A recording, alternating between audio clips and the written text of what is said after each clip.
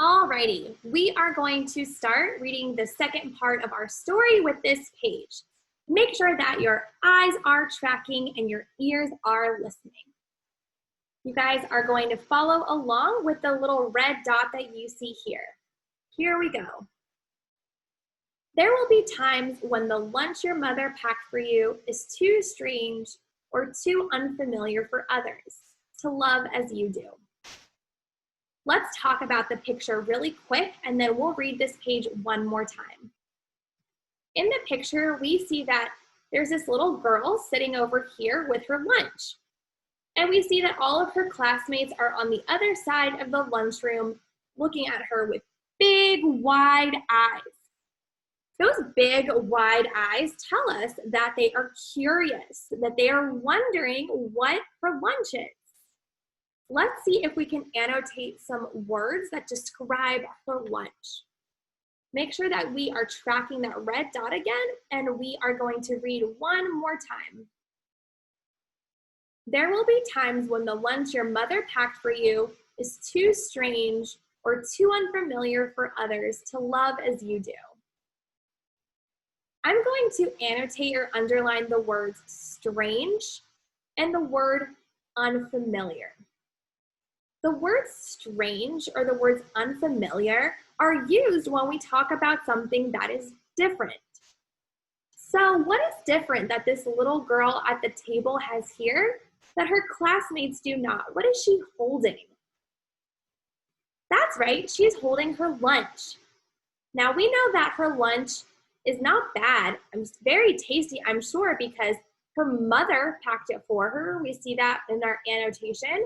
And we see the word love. The author talks about how the girl loves her lunch. So it's not that she doesn't have a good lunch, it's just that it's different. That's why it's strange or unfamiliar to her classmates, because they haven't tried a lunch like that before. Let's keep reading to see what happens next. Make sure that your eyes are tracking the red dot and that your ears are listening. When your own friend Naja will wrinkle her nose and say, "What's in there anyway?" And you'll wonder how she doesn't see the rice beneath the meat and kimchi. You'll wonder why she doesn't remember that rice is the most popular food in the world. We're going to pause to annotate and talk about the picture again. Here we see that little girl from before with her lunch. And here is her friend looking at her with big, wide eyes. She is curious. She is wondering, what's that? Does her friend's lunch, does this sandwich look the same as the rice?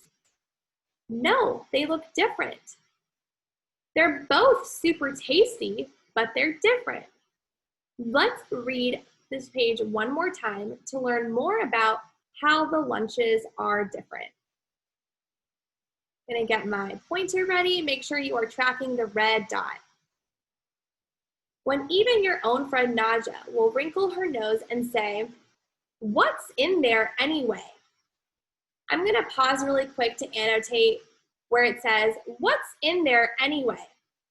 That's important for us to annotate because it tells us that the friend Naja doesn't know what the food is. Because she's asking, "What's in there?"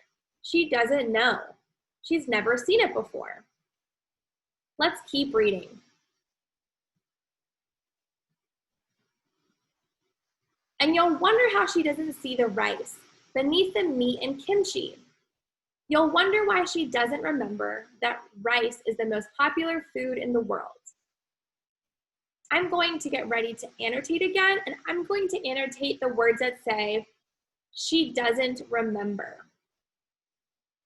The fact that she doesn't remember that rice is the most popular food helps us understand that the food is unfamiliar to her. It's different than what she's eating. We see it in the picture, and we can also see it in the words. If I annotate the word kimchi, that is what the little girl with the rice meal, that's what her mom packed her that we see there in the picture. Kimchi is a very tasty type of food that is spicy and made with vegetables and rice. Does the friend, is she eating kimchi? Is she holding vegetables and rice? No, she's eating a sandwich. So she is wondering what her friend's food is because it's different. It's not quite like hers.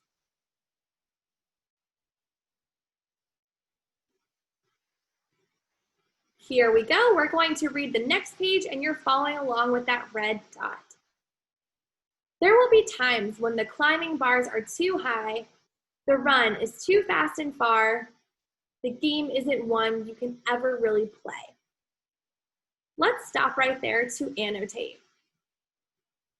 We see a girl over here playing on the monkey bars, and we see a little boy over here by himself. There are words in the text that can help us understand the story and the pictures that we see. The text says, there will be times when climbing the bars are too high. So I'm going to annotate where it says, climbing bars are too high, because that already helps us understand why the boy is not playing with the girl. The bars are too high for him. What about if they play tag or start running? If we look back at the text, it says, there will be times when the run is too fast and far. I went ahead and annotated that for us. I annotated where it says, run is too fast and far. So that little boy in the picture still might not be able to play if they're running too fast or too far. So he will be playing a different game. He will be by himself because the game that they're playing might be too fast or too far, or the bars might be too high. If we keep reading, the text says, the game isn't one you can ever really play.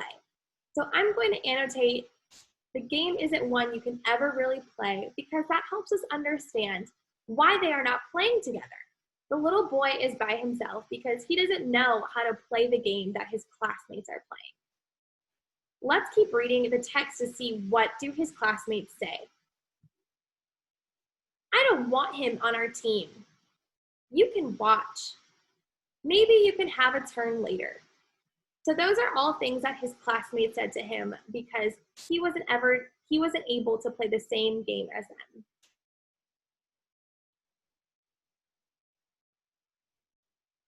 Let's read this page.